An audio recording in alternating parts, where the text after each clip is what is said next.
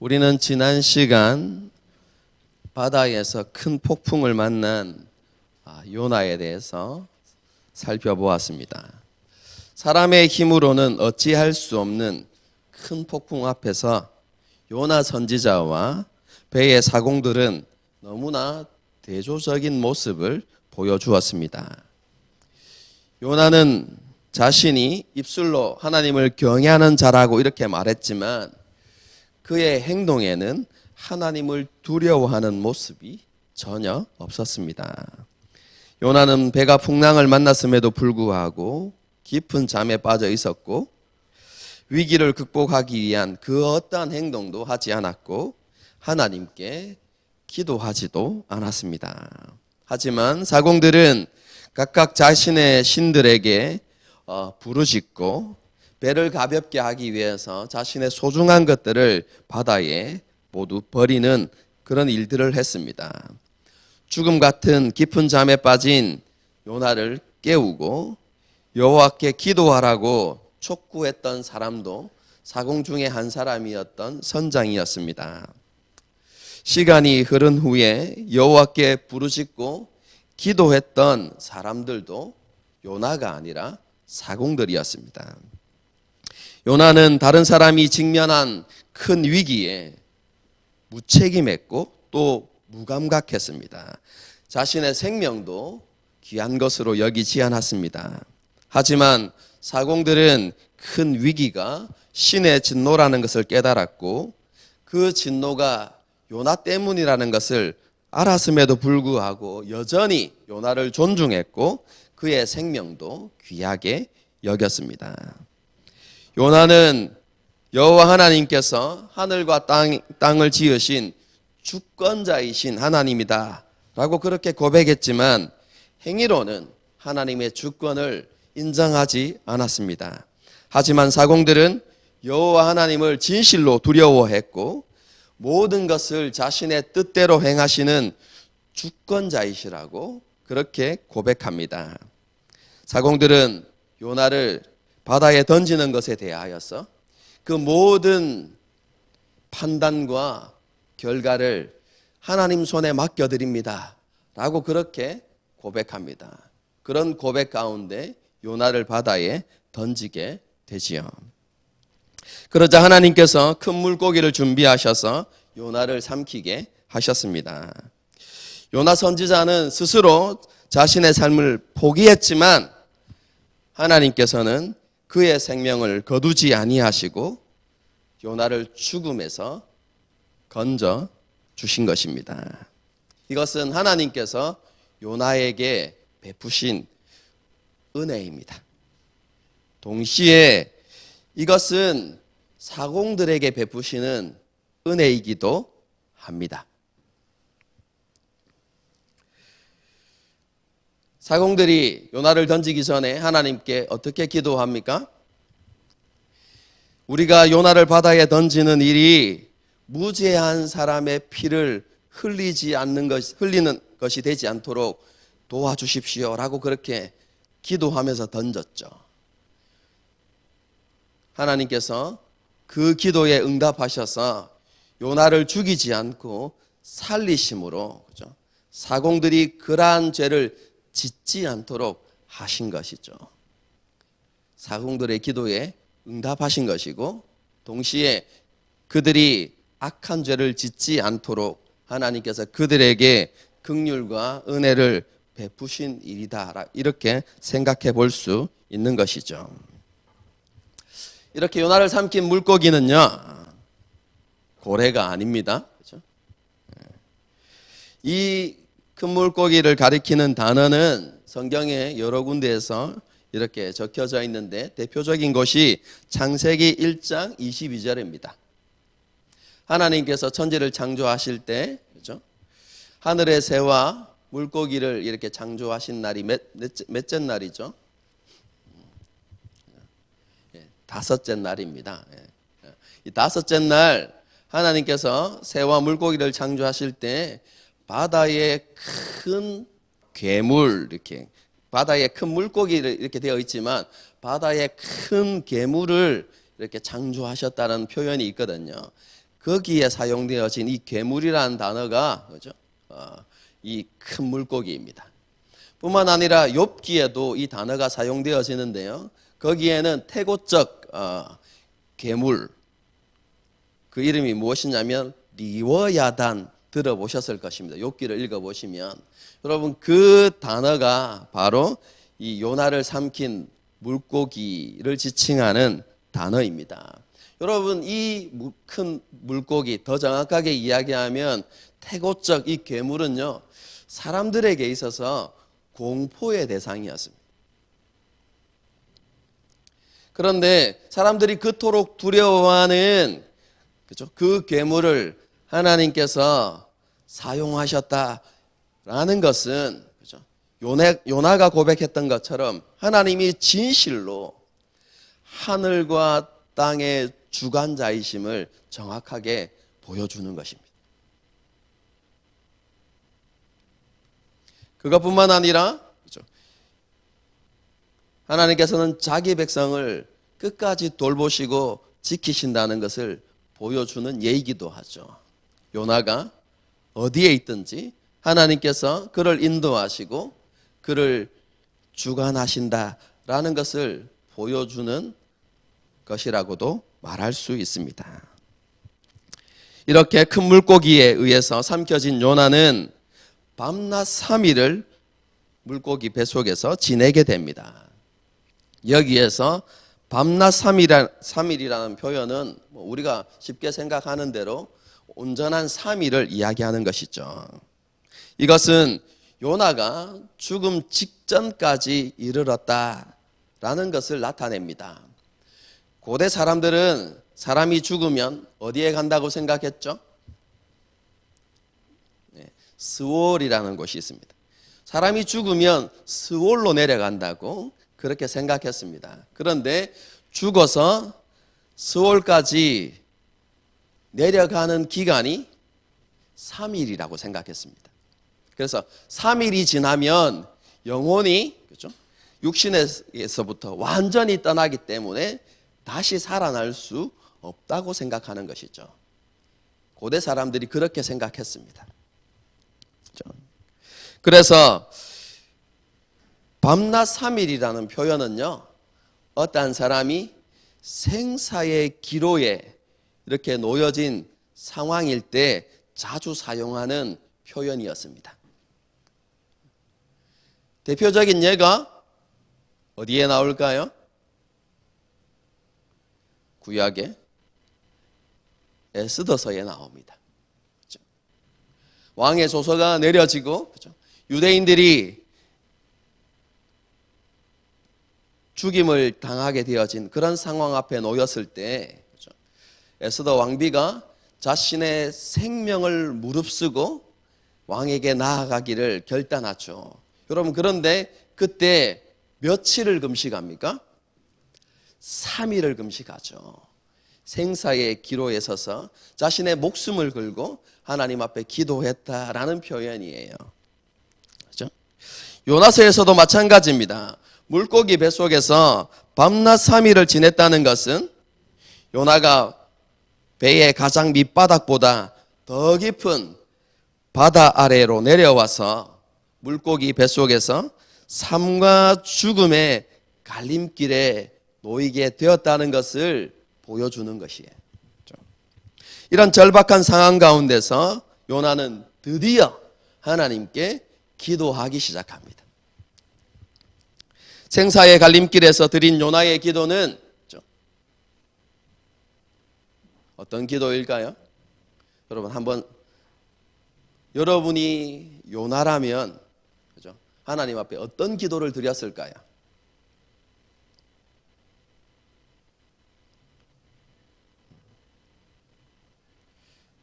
제가 생각하기로는 그죠? 그리고 제가 그런 상황이라면 대봐야 알겠지만 하나님 앞에 탄식하고 회개하는 기도를 올려드렸을 것 같습니다. 그런데 생사의 갈림길에 놓여있는 요나가 드리는 그 기도는 자신의 죄와 잘못을 인정하고 회개하는 회개 기도가 아니라 아이러니하게도 감사 기도입니다. 감사의 이유가 기록되어져 있는데요. 자신에게 고난이 닥쳤을 때, 곧 스올의 뱃속에 있을 때 부르짖었더니 하나님께서 그 소리를 들으시고 응답하셔서 자신을 죽음에서 건져 주셨다는 것입니다. 그래서 하나님께 감사한다는 내용이 2장의 내용입니다. 여기에서 스올의 뱃속이라는 것은요, 요나가 죽음 직전까지 이르렀다는 것을 나타내는 것이죠. 스올은 죽음의 장소라고 말씀드렸죠. 그러므로 스올의 뱃속에 있다는 것은 요나 자신이 죽음에 둘러싸여 있다는 그런 의미입니다. 죽음에 둘러싸인 절체절명의 순간이었다는 것입니다. 여러분, 그런데 요나에게 큰 위기의 상황이기도 하지만 그 상황은 요나가 변화되어지는 출발점이 되기도 합니다. 그래서 이 요나가 그 스올의 뱃속에서 변화되기 시작했다는 것을 나타내기 위해서 저자가 선택한 단어가 뱃속이라는 단어입니다. 이 뱃속이라는 단어를 정확하게 번역하면 뭐겠습니까? 위장 이런 게 아니고요. 여자의 자궁입니다. 저자는 이러한 표현을 통해서 죽음에 이르는 절박한 상황에서 요나가 다시 태어나게 되었음을 나타내고자 했던 것이죠. 하나님의 얼굴을 피하여 도망하고 하나님께 기도하지 않았던 요나가 드디어 하나님을 바라보고 하나님께 기도하는 그 순간이 언제부터 시작되었다는 것입니까? 그가 죽음에 이르렀을 때 그렇게 되었다는 것을 보여주고 있는 것이죠. 욥바로 내려갔고 배로 내려갔고 배의 가장 밑바닥까지 내려갔고 바다에 던져서 바다의 아래까지, 그죠? 심지어 물고기 뱃속에까지 내려갔던 그 요나가 이제 다시 올라가기 시작하고 있다는 것입니다.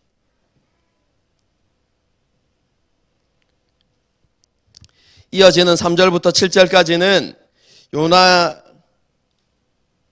자신이 바다에 던져졌을 때 하나님께서 자신을 어떻게 구원하셨는가, 그것을 자세하게 묘사하는 내용이 그곳 3절부터 7절까지에 담겨 있습니다. 요나는 바다에 던져졌을 때 파도와 큰 물결이 자신의 영혼까지 둘러덮었다고 그렇게 표현하고 있습니다. 쉽게 말하면 물에 완전히 잠긴 상태를 이야기하는 것이죠. 그렇게 물에 잠겨서 어디까지 내려가냐면 산의 뿌리까지, 바다의 밑바닥까지 이렇게 내려가게 되어졌는데 그곳에서 올라올 수 없는 상황이 생긴 것입니다. 왜 그렇습니까? 바닷속에 온갖 풀들이 요나의 머리를 휘감아 버린 것입니다. 그래서 요나는 도저히 그곳에서 빠져나올 수 없는 상황이 된 것이죠. 죽을 수밖에 없는 그런 상황이 되었다고 이야기합니다. 여러분, 이런 자신의 상황을 뭐라고 표현했냐면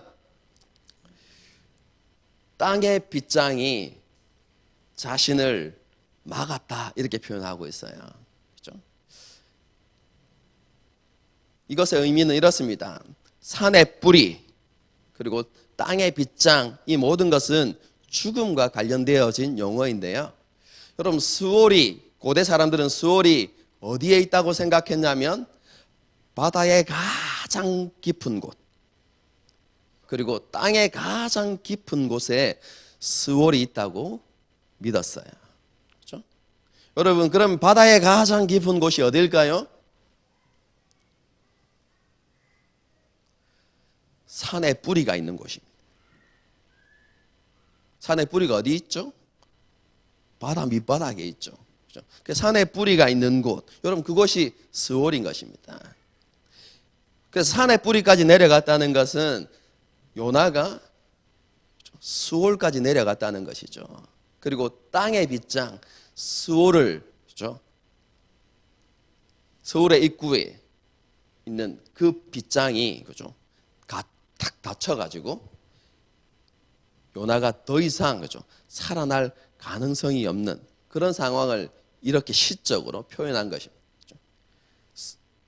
산의 뿌리까지 내려갔고 땅의 빗장이 잠겨서 나는 도저히 살아날 수 없는 상황이었다, 이렇게 이야기하는 것이죠. 여러분, 이렇게 절망적인 상황을 직면하게 되었을 때 요나에게 있어서 유일한 소망은 오직 하나님밖에 없었습니다. 요나는 마지막 소망을 가지고 하나님께 기도했습니다. 그 기도는 하나님께 상달되었고 하나님께서는 요나의 기도를 들으시고 그를 죽음으로부터 건져주신 것입니다.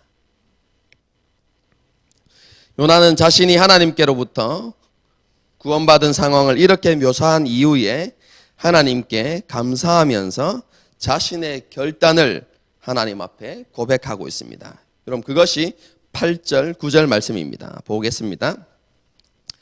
거짓되고 헛된 것을 숭상하는 모든 자는 자기에게 베푸신 은혜를 버렸사오나 나는 감사하는 목소리로 주께 제사를 드리며 나의 서원을 주께 갚겠나이다. 구원은 여호와께 속하였나이다 하니라.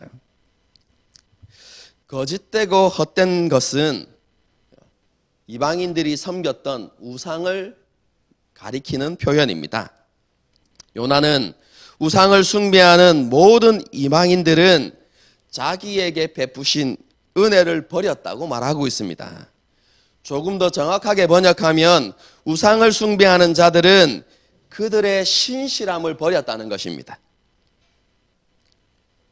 세상에 거짓되고 헛된 것을 갈망하는 자들은 우상은 숭배했지만, 그죠?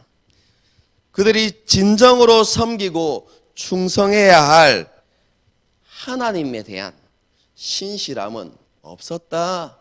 그들이 그 신실함, 하나님께 드려야 하는 신실함을 버렸다라고 그렇게 요나가 이방인을 묘사하고 있는 것입니다.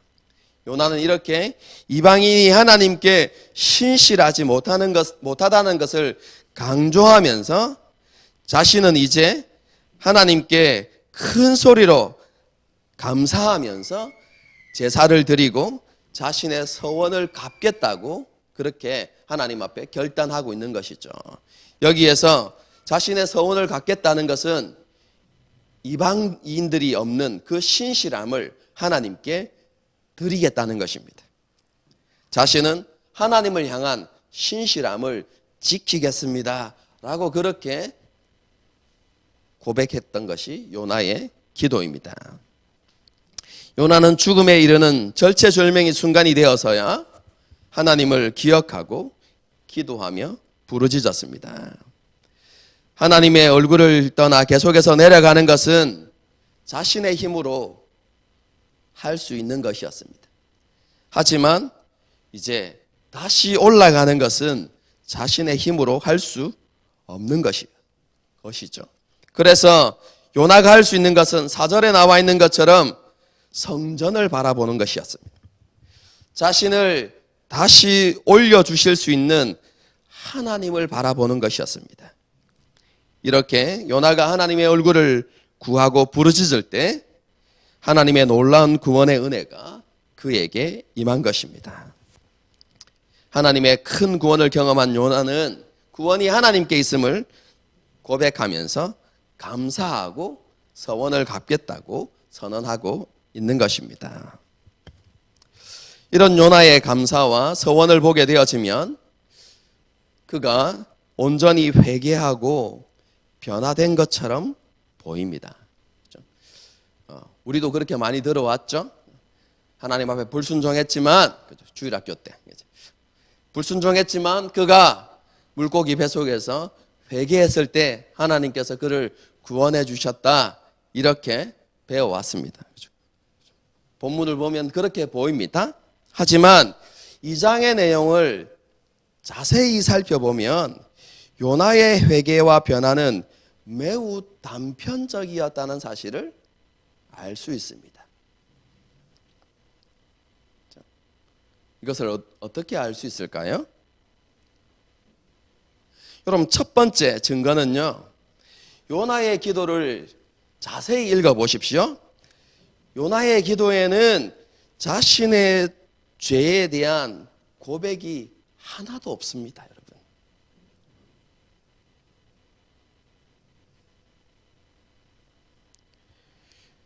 요나는 자신이 바다에 던져진 것을 자신의 책임이라고 말하지 않습니다.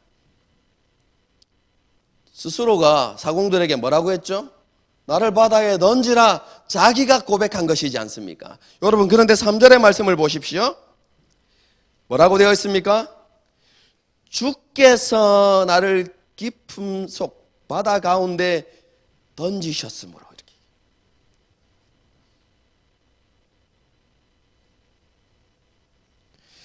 여러분, 그뿐만 아니라 요나는 스스로 하나님의 얼굴을 피하여서 도망했습니다. 여러분, 그런데 그런 상황을 어떻게 표현하냐면 4절을 보십시오. 내가 말하기를 내가 주의 목전에서 뭐라고요? 쫓겨났을지라도, 이렇게 표현하죠. 여러분, 이런 표현들은 요나 스스로가 자신의 죄에 대한 올바른 인식이 없었다는 것을 분명하게 보여주는 것입니다. 오히려 그 모든 원인이 누구에게 있다고요? 하나님께 있는 것처럼 그렇게 이야기하고 있어요. 여러분, 어디서 많이 본 모습 아닙니까? 창세기 3장에 나오죠. 아담이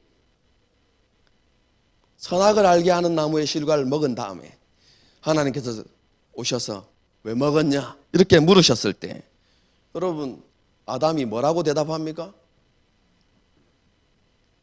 하나님께서 내게 주신 저 여자가, 그죠? 내게 줌으로 먹었습니다. 자신이 범죄한 타락한 이유가, 근본적인 이유가 누구에게 있다는 것입니까? 하나님께 있다는 것이죠. 요나 역시 여전히, 그죠? 그의 타락한 본성을 따라서 자신의 모든 상황에 대한 원인을 하나님께로 돌리고 있는 이런 모습을 보고 있는 것입니다. 요나의 기도에는 자신의 죄를 온전하게 인정하고 회개하는 내용이 없습니다. 요나의 기도는요, 요나가 부르짖었던 기도는 단지 자신이 처한 상황에서 건져달라고 부르짖었던 기도의 내용이고, 여러분, 그것은 물고기 뱃속에서 부르짖었던 내용이 아닙니다. 그가 바다에 빠져서 죽음 직전에 있을 때 그가 한 기도의 내용은 무엇이냐면 살려달라는 것이었습니다. 하나님, 구원해 주십시오. 내가 하나님의 얼굴을 바랍니다. 도와주십시오 라고 기도했을 뿐이고, 하나님께서 구원해 주셨을 때 회개한 것이 아니라 그것에 대해서 감사를 드렸을 뿐입니다. 그것이 요나가 드린 기도의 내용의 전부입니다. 그것이 첫 번째 증거이고요. 여러분, 두 번째 증거는요, 요나에겐 여전히 이방인들을 긍휼히 여기는 마음이 없습니다. 요나의 기도를 한번 살펴보십시오. 자신 때문에, 그렇죠? 죽음의 위험 앞에 직면하게 되어졌던 사공들에 대한 언급이 전혀 없습니다. 여러분, 사공들은 어떤 사람들이었습니까? 요나보다 신중하고 사려 깊은 사람들이었습니다. 뿐만 아니라 다른 사람들을 배려하고 생명을 존중하는 사람이었습니다. 하지만 요나에게 있어서 사공들 역시 우상을 숭배하는 이방인에 불과했습니다.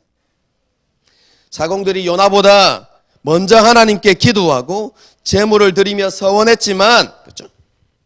요나는 그런 사공들의 모습을 기억하지도 않았고 인정하지도 않았습니다.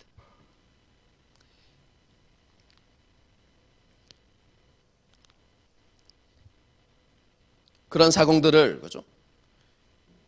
우상을 숭배하는 이방인들과 함께 묶어서 뭐라고 표현합니까? 하나님께 대하여 신실함을 버린 자들, 이렇게 표현해요. 이방인 모두는 하나님께 신실하지 못하다고 그렇게 이야기하면서 자신은 그들과는 전혀 다른 사람이다, 이렇게 표현해요. 여러분, 이것을 잘 보여주는 것이 8절, 9절인데 한글 성경에는 이 강조의 표현이 잘 안 나타나고 있습니다. 원문을 보게 되어지면 8절의 마지막은 이방인들이 자기에게 베푸신 은혜를 버렸습니다. 그들의 신실함을 버렸습니다. 이렇게 끝이 납니다. 그리고 9절을 시작하면서 그러나 나는, 이렇게 시작합니다. 그러나 나는 다르다는 것입니다. 여러분, 그런데 그러나 나는이란 이 표현은요, 시편 기자들이 자주 사용하는 표현입니다. 이방인들의 악함과 죄악의 삶을 하나님 앞에 고발하면서 그러나 나는 하나님을 경외하고 하나님을 온전히 섬깁니다, 이런 식으로 표현할 때 자주 사용하는 단어가 그러나 나는 이라는 이 단어이거든요. 요나가 지금 그렇죠? 그들이 사용했던 그 단어를 그대로 끌어와서 사용하고 있는 것이죠. 이방인들은 신실하지 않습니다. 신실함을 버렸습니다. 그들은 하나님을 기억하지 않습니다. 그러나 나는 하나님께 신실합니다, 이렇게 표현하는 것이거든요.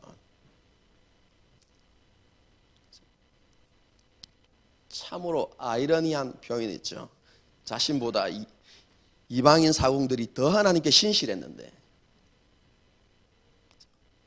여러분, 이런 표현들을 보게 되어지면 이방인들을 향한 요나의 마음의 문이 전혀 열리지 않았음을 보게 되는 것이죠.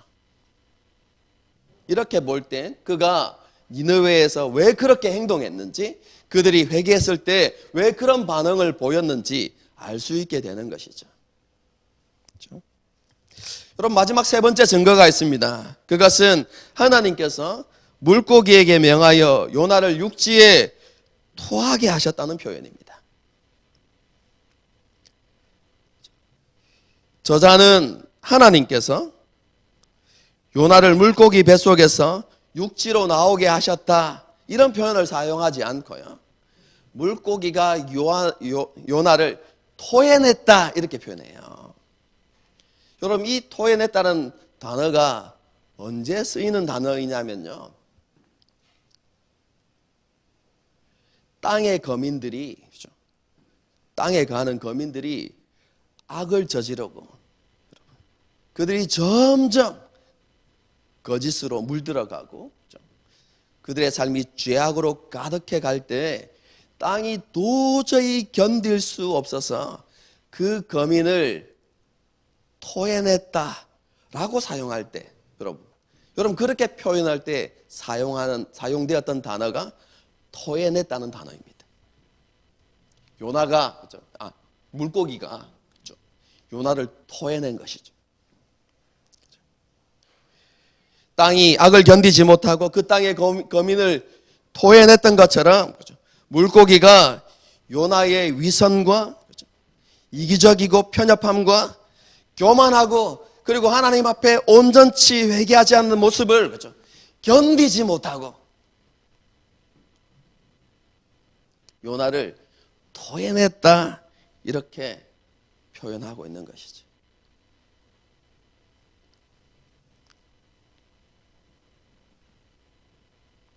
오늘 본문에는 환난 가운데서 부르짖는 요나의 기도와 하나님께서 베푸신 놀라운 구원, 그리고 요나의 감사로 가득 채워져 있지만 너무나 아이러니하게도 본문의 말씀을 통해서 부각되어지는 것은 요나의 편협함과 이기적이고 교만한 모습입니다.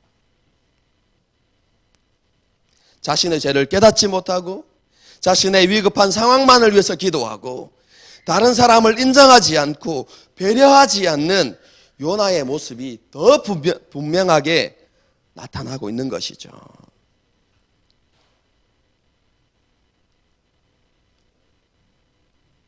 그런데 정말로 놀라운 것은 그런 요나에게 하나님의 사랑과 긍휼이 변함없이 부어지고 있다는 사실입니다.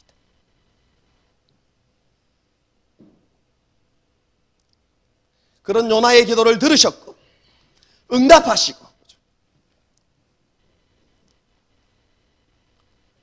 그를 다시 살리시고 그를 다시 회복시키시는 그 하나님의 놀라운 은혜가 요나에게 지속되고 있다는 것을 오늘 본문이 우리에게 보여주고 있습니다. 그의 편협함과 이기적이고 교만한 모습에도 하나님은 끝까지 참으시고 인내하고 계신 것이죠. 정말로 노하기를 더디하시는 하나님의 모습을 우린 요나서를 통해서 볼 수 있는 것입니다. 놀랍지 않습니까? 그리고 참으로 위로도 되고 그렇죠? 힘이 되는 말씀이기도 합니다. 왜 그렇습니까? 우리도 요나와 똑같은 사람이기 때문에 그렇습니다. 혹시 난 좀 다른데요 라고 생각하는 사람이 있습니까? 그럼 그 생각 자체가 내가 요나입니다 라고 확정하는 것입니다. 하나님께서는 요나와 전혀 다르지 않는 저와 여러분에게도 동일하게 역사하시는 분이십니다. 우리의 연약함이나 부족함에도 불구하고 하나님께서는 우리를 향한 사랑과 긍휼을 거두시지 않습니다.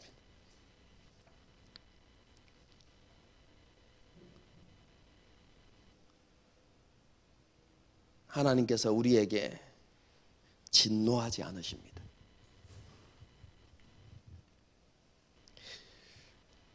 우리가 지금까지 하나님께 쌓아놓은 공로가 있어서가 아닙니다, 여러분. 예수 그리스도의 십자가 은혜 때문입니다. 그분이 우리를 대신하여서 우리의 모든 죄를 대신 짊어지고 우리가 받아야 하는 하나님의 진노와 심판을 그분이 다 받으셨기 때문에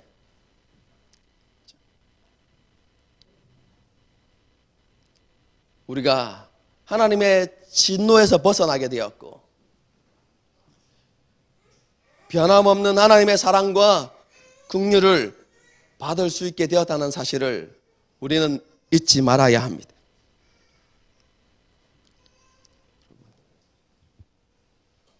이 은혜를 깨닫는 것이 너무나 중요합니다. 왜냐하면 참된 변화는요, 하나님의 은혜에 대한 바르고 깊은 깨달음에서부터 시작하기 때문에 그렇습니다.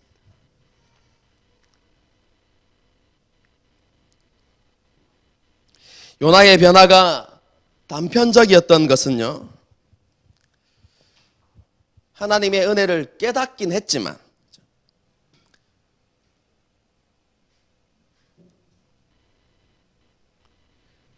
무조건적이고 값없이 주시는 그 하나님의 은혜의 부요함과 풍성함을 온전히 깨닫지 못했기 때문에 그의 변화와 회복은 단편적일 수밖에 없었던 것입니다.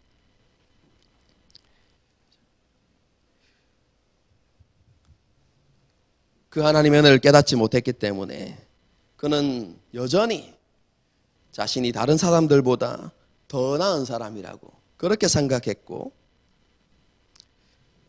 이방인들은 신실하지 못하지만 자신은 신실하다고 생각한 것입니다. 한마디로 이야기하면 요나는요, 그 당시 유대인들과 전혀 다를 바가 없다는 것입니다. 하나님의 구원의 은혜를 경험했지만, 여러분, 그것에 대해서 감사하고, 그리고 하나님 앞에 신실함으로 살아가는 것이 아니라 하나님께 주신 은혜를 당연한 권리로 생각하고, 그래서 자신들은 하나님으로부터 특별히 선택받은 특별한 민족이라는 선민 사상에 빠져서 하나님을 섬기지 않는 이방인들을 멸시하고 그들을 존중하지 않는 그런 완악함 가운데 빠져 있는 유대인과 동일한 모습을 하고 있었던 것이죠. 그렇죠? 입술로는 하나님을 섬기고 있지만 하나님의 은혜와 하나님의 뜻에 대해서 온전히 깨닫지 못하는 철저한 종교인이었습니다.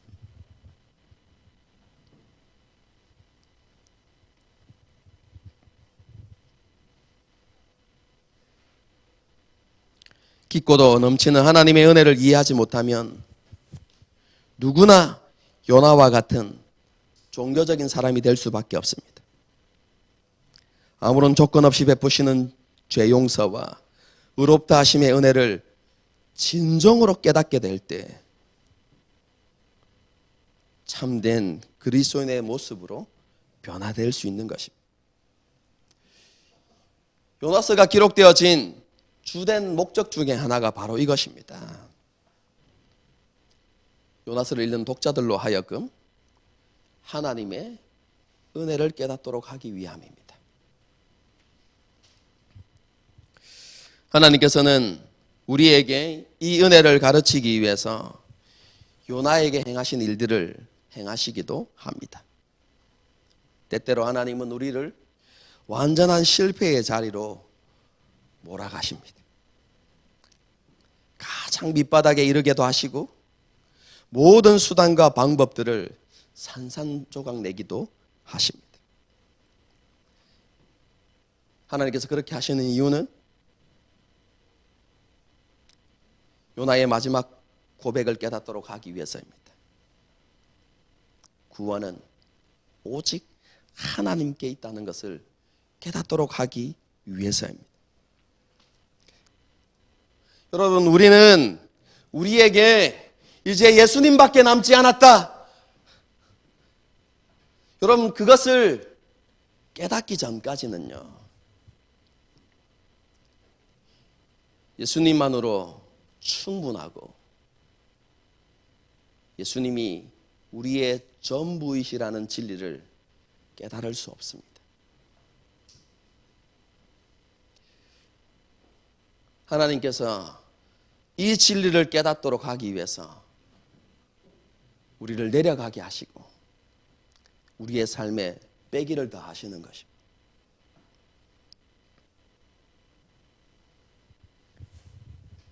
하나님의 은혜를 진정으로 깨닫는 것은 가장 낮은 밑바닥입니다.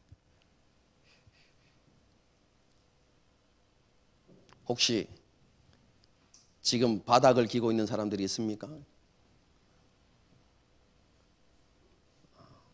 전부인가요?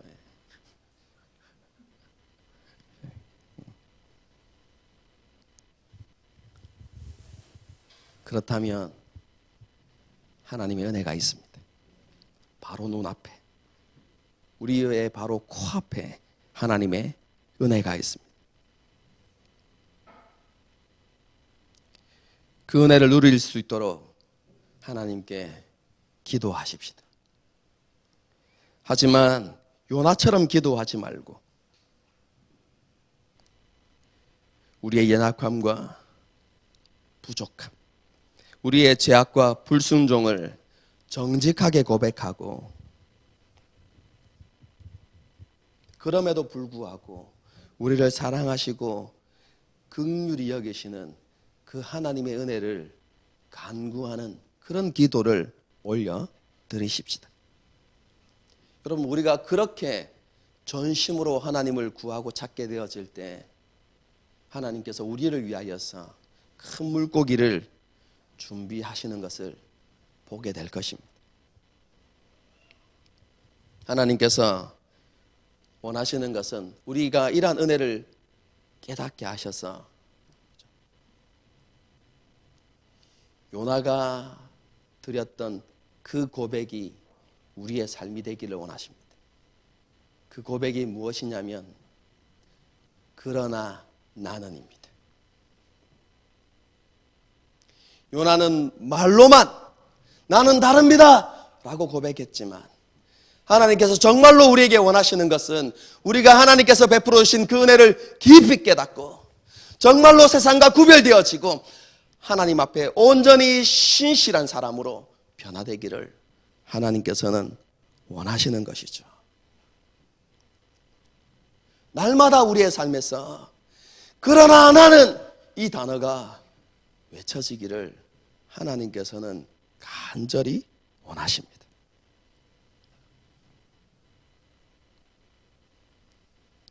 이런 회복과 변화가 일어날 수 있도록 우리가 함께 소망하고 함께 격려하고 함께 기도하고 함께 몸부림치는 저와 여러분이 되었으면 좋겠습니다. 제가 누누이 강조하지 않습니까? 우리의 신앙은 공동체 신앙입니다.